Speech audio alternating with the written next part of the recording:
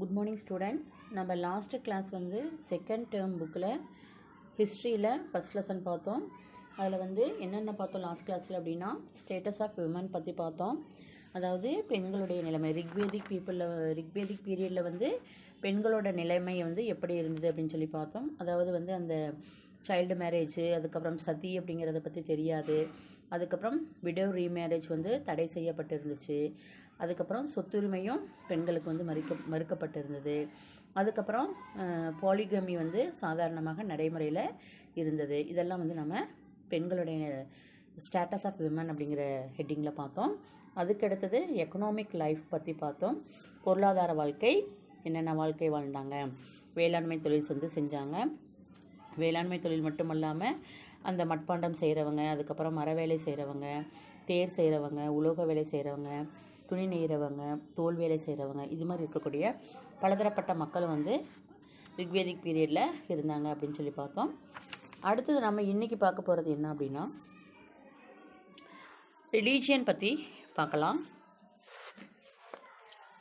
ரிலீஜியன்னா மதம். Rigvedic Aryans worshipped mostly the earthly and celestial gods like Prithvi, earth, Agni, fire, Vayu, wind, Varuna, rain, Indra, thunder.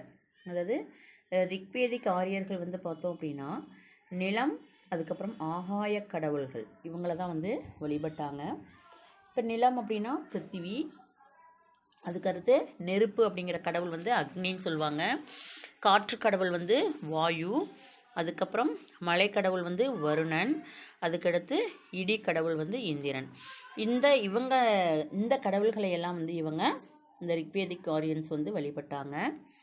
There were also lesser female deities like Aditi, goddess of eternity, and Usha, appearance of dawn. அது மட்டும் இல்லாமல் அதித்தி அப்படிங்கிற கடவுள், அதாவது நித்திய கடவுள், அதித்தி அப்படிங்கிற நித்திய கடவுளையும், அதுக்கப்புறம் உஷா அப்படிங்கிற விடியற்காலை தோற்றம் அந்த கடவுளையும் வந்து வழிபட்டாங்க. இவங்கெல்லாம் வந்து பெண் தெய்வங்கள், இவங்களையும் வழிபட்டாங்க. அடுத்தது the mode of prayer was recitation of Vedic hymns. People prayed for the welfare of praja, children, pasu, cattle and dana, wealth. அதாவது அவங்க வந்து மத சடங்கு முறைகளை அவங்களுடைய மதம் வந்து பார்த்தோம், ரிலீஜியன் பார்த்தோம் அப்படின்னா சடங்கு முறையை வந்து மையமாக கொண்டது. வேத மந்திரங்களை வந்து ஓதுறாங்க இல்லையா, அந்த ஓதிட்டு அது மாதிரி வழிபாட்டு முறையாக. இப்போ நம்ம கோயிலுக்கெல்லாம் போனோம்னா அர்ச்சகர் என்ன பண்ணுவார், மந்திரங்கள்லாம் ஓதி கடவுளுக்கு வந்து தீபாராதனை காட்டுவார் இல்லையா, அது மாதிரி அந்த வேத மந்திரங்களை வந்து சொல்கிறக்கூடிய வழிபாட்டு முறை வந்து இருந்தது. பிரஜா அப்படின்னா யார் அப்படின்னா குழந்தைகள் அப்படின்னு சொல்லிட்டு அழைக்கப்படுவாங்க. பசு அப்படிங்கிறது கால்நடையை குறிக்கக்கூடியது. வெல்த் அப்படிங்கிறது வந்து தனா அப்படின்னு சொல்லிட்டு வழங்கினாங்க. இதெல்லாம் வந்து இதெல்லாம் வந்து மக்கள் வந்து தெய்வங்களாக வழங்கினாங்க. அதாவது குழந்தைகள், பசு, அதுக்கப்புறம் செல்வம், இதையெல்லாம் வந்து மக்கள் வந்து தெய்வமாக வழங்கினாங்க. கவ் வாஸ் கன்சிடர்ட் எ சாக்ரிட் அனிமல். அதாவது பசுவை வந்து பார்த்தோம் அப்படின்னா நம்மளே வந்து என்ன பண்ணுவோம், ஒரு புதுசாக வீடு கட்டி நம்ம வீடு கிரக பிரவேசம்லாம் பண்ணுறோம் இல்லையா, அந்த டைமில் என்ன பண்ணுவோன்னா பசுவை வந்து வீட்டுக்குள்ளே அழைச்சிட்டு போவாங்க.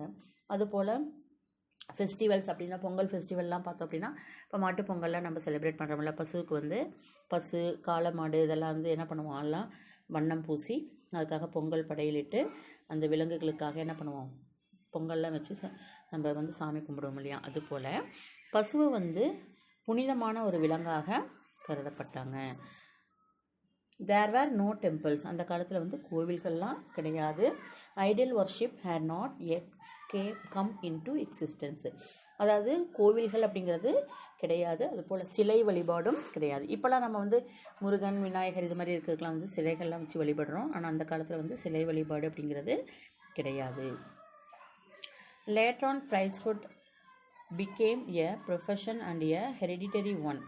பின்னால் வந்து பார்த்தோம் அப்படின்னா மத குருவாக இருப்பது வந்து ஒரு தொழிலாகவும், அது மட்டும் இல்லாமல் அது வந்து ஒரு பரம்பரை தொழிலாகவும், பரம்பரையாக இப்போ ஒரு மத குரு இருக்காருன்னா அவருக்கு அடுத்து அவருடைய பையன் வந்து மதகுருவாக ஆகிறது. இது வந்து பரம்பரை தொழிலாக இருந்தது.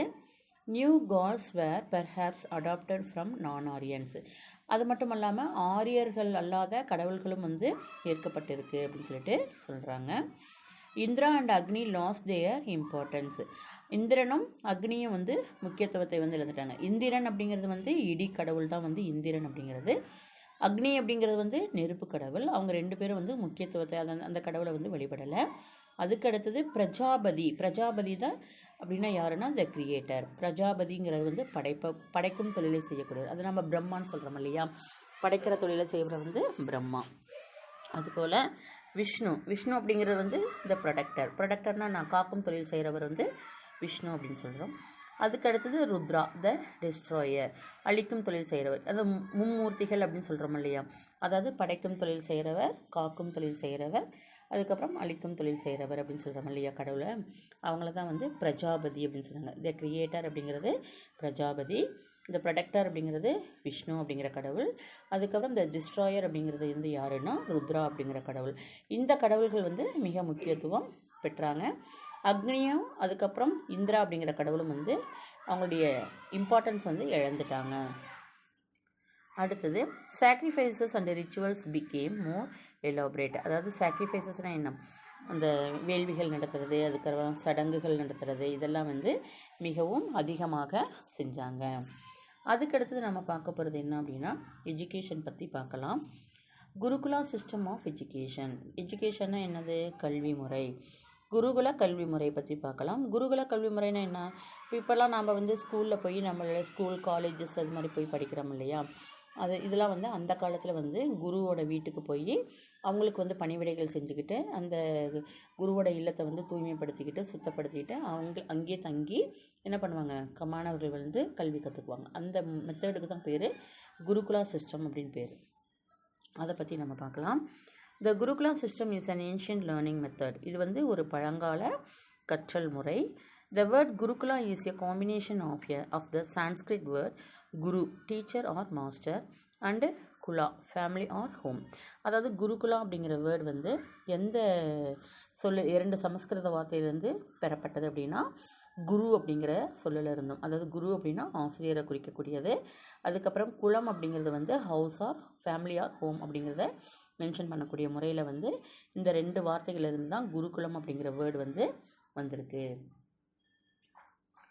The Sishyas resided with their guru and served them and simultaneously learned and gained knowledge. அதாவது இந்த முறையில் வந்து பார்த்தோம் அப்படின்னா மாணவர்கள், இந்த சிஷ்யர்கள் இருப்பாங்க இல்லையா, அவங்க என்ன சொன்னாங்க, குருவோட தங்கியிருந்து அவருக்கு சேவை செய்கிறது மட்டும் இல்லாமல் கல்வியை கற்றுக்கிட்டு அறிவையும் பெருக்கிக்குவாங்க.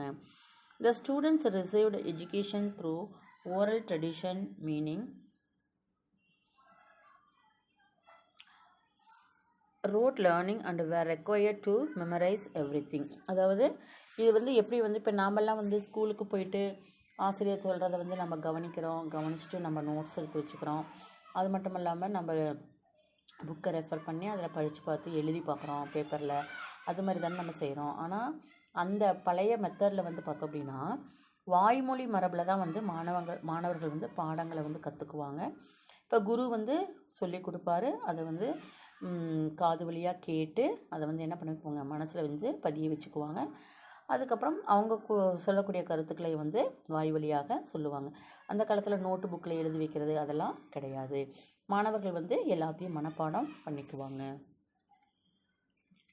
The subjects of the study included the 4 Vedas, Idikasas, Puranas, grammar, logic, ethics, astrology, maths and military science.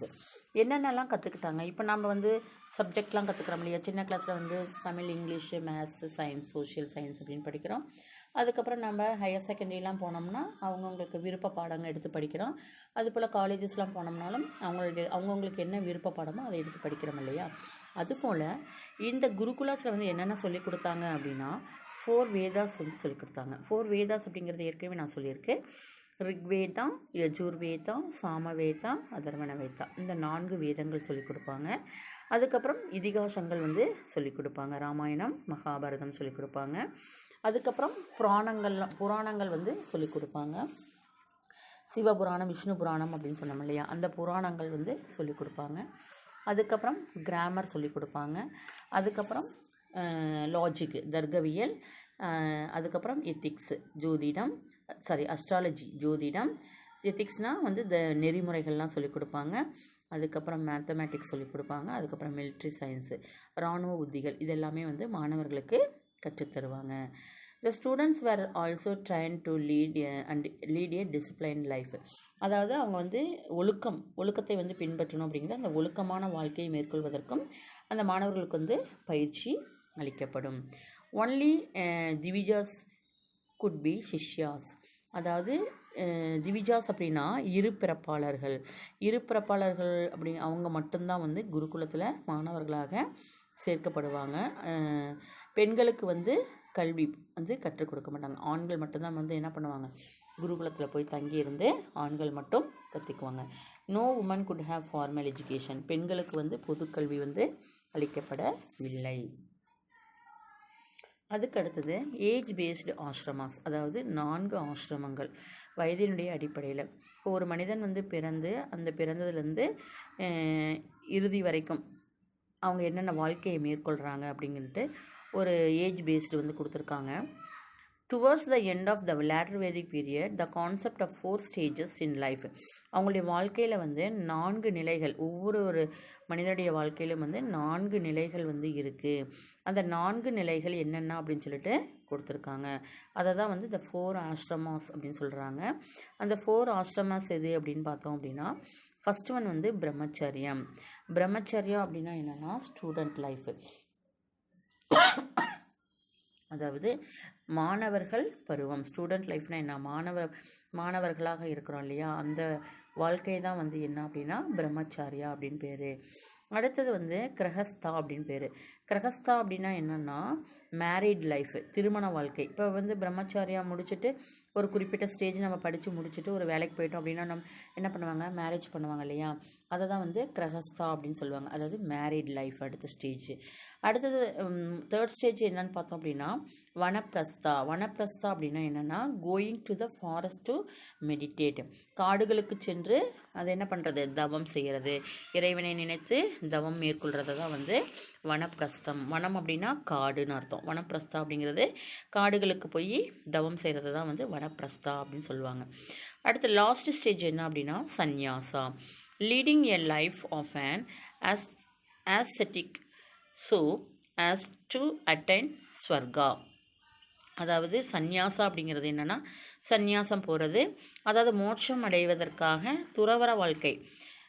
சன்னியாசியாக போகிறாங்க. துறவற வாழ்க்கையில் என்ன, மனைவி, வீடு, மக்கள் எல்லாத்தையும் விட்டுட்டு என்ன பண்ணுறது, காட்டுக்கு போய் தவம் இருந்து அதுக்கப்புறம் சன்னியாசியாக மாறி வாழ்க்கை கடைசி இறுதியில் வந்து இறைவனை அடையிறது தான் வந்து சந்நியாசா அப்படின்னு சொல்லிட்டு சொல்லுவாங்க. இது மாதிரி 4 நிலைகள் வந்து பின்வேத காலத்தினுடைய இறுதியில் மக்கள் வந்து பின்பற்றினாங்க. வாழ்க்கையினுடைய 4 நிலைகளாக இந்த கோட்பாட்டை வந்து குறிப்பிட்டிருக்காங்க.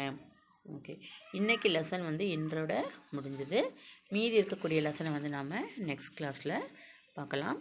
Thank you students.